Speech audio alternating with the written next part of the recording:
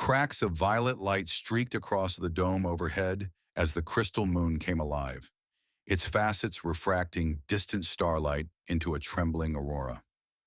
Lieutenant Leah Corsten stood at the heart of the psionic core, a hollow geode 2 kilometers beneath the surface. Around her, 7 other operators floated in suspension cradles, slender cocoons of mimer mesh and liquid medium that kept their bodies from shattering under the neural stress they were about to unleash. Synchronization phase begins in 12 seconds, intoned the Citadel's overseer AI. All operators, prime thought forms, moon lattice at 93% receptivity. Leah exhaled. The inside of her visor clouded briefly, clearing as the suit scrubbed moisture from the air.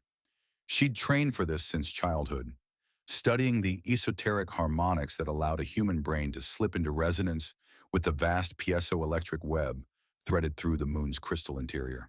The process looked deceptively simple in diagrams. Convert emotion to carrier wave, amplify, broadcast. In practice, it was like turning one's soul inside out and throwing it across space. Above them, on the moon's shimmering plains, 3 armored divisions of Terran coalition mechs crouched behind fractured quartz spires, waiting for the pulse. Opposite them, the invasion force of the Zealoth Ascendancy had just touched down, their beetle-black landers ejecting troops in serried ranks. Zealoth soldiers possessed superior reflex augmentation and an utter lack of mercy, but their minds, Leah knew, remained biologically vulnerable. Fear, pure, surgically sharpened, and broadcast on a subcortical frequency, would slice through their discipline like a monomolecular blade. The ops chief's voice cut through the chamber. Synchronize. Leah closed her eyes. Behind her eyelids bloomed a prismatic construct, node after node of humming crystal, all of it interconnected by fault lines that carried electric potential and, more importantly, psychic potential. She sank through the layers, riding the hum the way a diver rides currents, until individual thoughts fizzed beside her like soap bubbles. Most were alien. The moon itself had soaked in centuries of travelers' dreams and nightmares. The lattice was an archive of every psyche that had ever stepped upon its surface.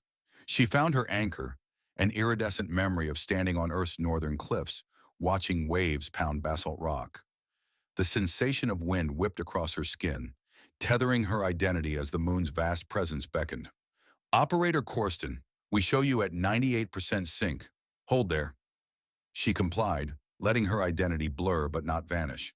Around her, other operators reached their marks, minds linking in a fragile ring. 8 human consciousnesses, each glowing distinct yet overlapping, connected to the moon's crystalline forest. The feeling was intimate and terrifying.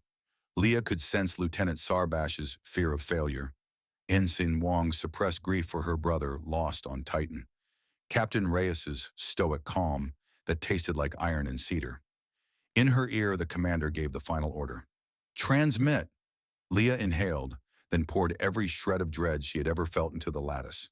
Memory after memory, the sirens at her home colony when the Zealoth first bombarded the orbital shield, the rancid smell of melted wiring after her cadet vessel vented atmosphere, the weight of receiving her father's last recorded packet as his transport burned above Europa. She took those fears, refined them into a singular resonance, and let the crystal moon magnify the emotion to continental scope. The pulse roared outward. For an instant, Leah's body convulsed in the cradle. Then the suit's neural dampers caught the backlash. Her field of view split between physical reality and the psychic echo racing across the surface. She saw it strike the Zealoth lines. Thousands of enemy soldiers stumbled, armor servos locking in spasmodic fits as their brains' limbic systems went incandescent. Some collapsed outright, others threw down weapons and sprinted aimlessly, eyes wide with primal terror. Across encrypted channels, the Terran mech commanders noted the effect and advanced. Gate assist motors whined, and whole platoons surged from cover, reflective armor flashing under the moon's fractured light. They walked through Zealoth formations, like predators among stunned prey, firing concise pulse bolts that ended the fight wherever pockets of resistance might have coalesced. But inside the psionic core, all was not triumph. A tremor rippled through the operator ring. Leah felt a jolt, One of the mines flickered, dimmed, and then blew out like a candle. Carolyn Sarbash painted a comet trail of thought fragments before vanishing. Static, the scent of oranges, and a final image of her son laughing. Biological monitors spiked, the AI intoned with polite finality. Operator 3 has flatlined. Cranial micro-ruptures detected. The lattice quivered. A missing node unbalanced the psychic circuit, and feedback threatened to slam back upon the remaining 7. Leah gritted her teeth and pushed extra bandwidth into the net, buttressing the void Sarbash left behind. Pain lanced her temples, but the connection steadied. Outside, the Zealoth tried to regroup. Their commanders, shielded by dampeners and neural armor, pressed forward heavy walkers, 30-meter behemoths of chitinous alloy armed with gravitonic cannons. The walkers fired blind, blasts churning the surface into glittering glass storms. One projectile streaked high, punched through a mountain spire, and detonated close enough that the psionic core's shock absorbers hummed in protest. "Second pulse now," the commander ordered. "We can't let those walkers stabilize." Leah's lungs burned. She had enough left for one more push, maybe two if she ignored the warning symbols filling her HUD. The suit's diagnostics showed microhemorrhages in her visual cortex. Prolonged use might leave her blind.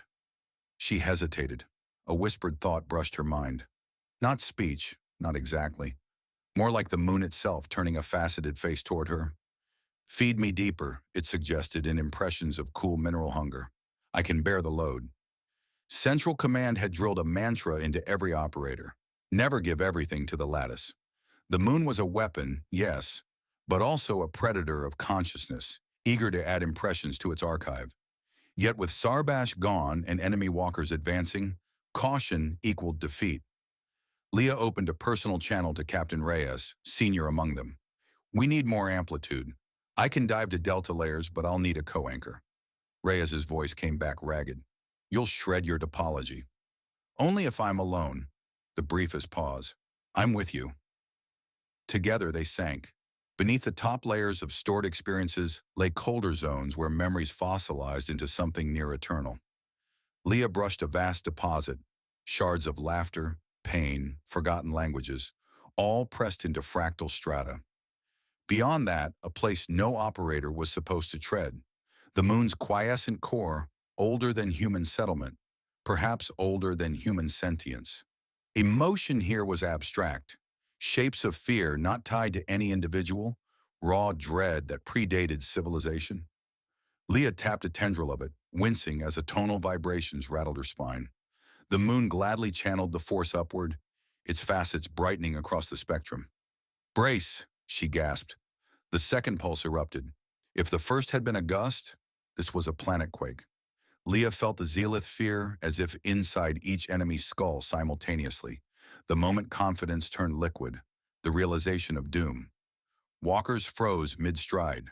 One pilot attempted to eject, but his spinal plugs refused to disengage. He screamed until the mech's reactor vented plasma through the torso, scything the machine in half. Terran mechs raced through cratering storms, slicing underbelly joints with vibroaxes or lodging mass reactive shells into ruptured armor. Explosions dotted the plain like poppy seeds on a mirror. Enemy formation collapsing, battlefield analysts confirmed.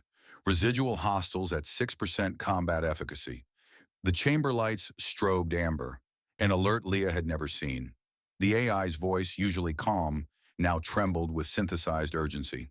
"Warning, resonance feedback escalating beyond projected spectra. Operators approaching irreversible imprint threshold." Reyes's presence flickered. "Leah, cut the feed." She tried. The lattice clung to her consciousness, suction strong as a void leak. Threads of her identity unraveled into it. Her favorite childhood taste, strawberry ice cream. Her first kiss behind a maintenance shed. The dry humor of her late mentor. The moon swallowed each detail, filing them into its crystalline veins. In desperation, she dumped noise into the link. Nonsensical equations, fragments of old songs, training mantras. Static clogged the channel, and the moon recoiled, confused long enough for Leah to claw free. Her eyes shot open in the cradle.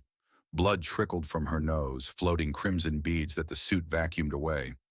Across the ring, Rhea slumped silent but breathing. Several others convulsed. Med drones zipped in, injecting stabilizers. Status reports scrolled. Occupation forces mopping up. Zealot command ship in low orbit signaling retreat. The battle was won. Yet the victory felt hollow in Leah's chest. The moon still thrummed, unsated. Part of her remained lodged inside, a small candle of self she suspected she'd never retrieve. Hours later, the Citadel's medical base smelled of antiseptic and scorched circuitry. Leah lay under biometric gauze as a neurotechnician scanned her skull. No structural damage, he declared, but you've lost about 3% memory cohesion in non-critical lobes. Might notice some gaps in long-term recall. Leah tested herself. She remembered academy graduation, remembered her mother's lullaby, but the name of her first pet hovered just beyond mental reach. She let it go. Colonel Amita Deshmukh arrived wearing the resin-glossed armor of Field Command. "Lieutenant Corston," she said, voice pitched half in praise, half caution. "Your actions turned the battle. Reports credit your augmented pulse with disabling 70% of enemy assets." "And cost operator Sarbash her life," Leah replied, throat raw. "War always costs. You bought us a whole front with one casualty. Strategically, that's miraculous." Leah said nothing. Triumph felt like chewing gravel. Deshmukh softened. "Command authorizes a priority evac for surviving operators, but I'd like your advice first." She gestured to the viewport where the moon's internal lattice glimmered beyond medbay glass.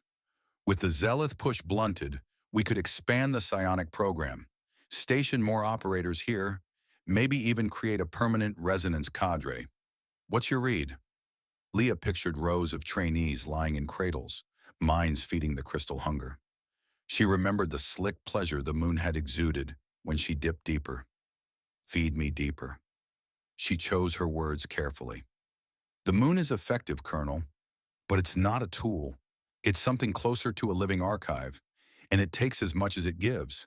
Scale the program too quickly, and we'll lose operators faster than we train them." Deshmukh exhaled through her nose. "Understood. We'll proceed cautiously." She turned to leave. Then Leah spoke again, softer. "Ma'am, may I ask, in tactical logs, did you detect any resonance outside the targeted hemisphere?" The colonel frowned. "None reported. Why?" Leah almost told her. When she'd been deep inside the core, she'd felt an echo. Another consciousness, distant yet distinct, brushing against the periphery. Not Zealoth, not human, something older. She swallowed. "No reason, just ensuring we didn't harm civilian settlements." The colonel nodded and exited. Recovery was brief. The front demanded personnel. Within 48 hours, Leah stood again on the crystal moon's surface, escorting salvage crews amid still smoldering enemy husks. Shrapnel glinted underfoot like ground glass snow. Her helmet visor displayed vacuum temp, radiation levels, and the faint electromagnetic rim of the lattice just meters below. She could feel it, like standing atop a gigantic sleeping creature whose breath stirred the dust. Reyes limped alongside her, cane in one gloved hand. His gait was unsteady. Medics predicted he'd never regain full neural bandwidth. "Here they're giving you commendation clusters," he said. Leah shrugged. "Metals don't plug memory holes." A salvage rig hoisted a severed Zealoth walker leg, hydraulic fluid dripping black onto quartz.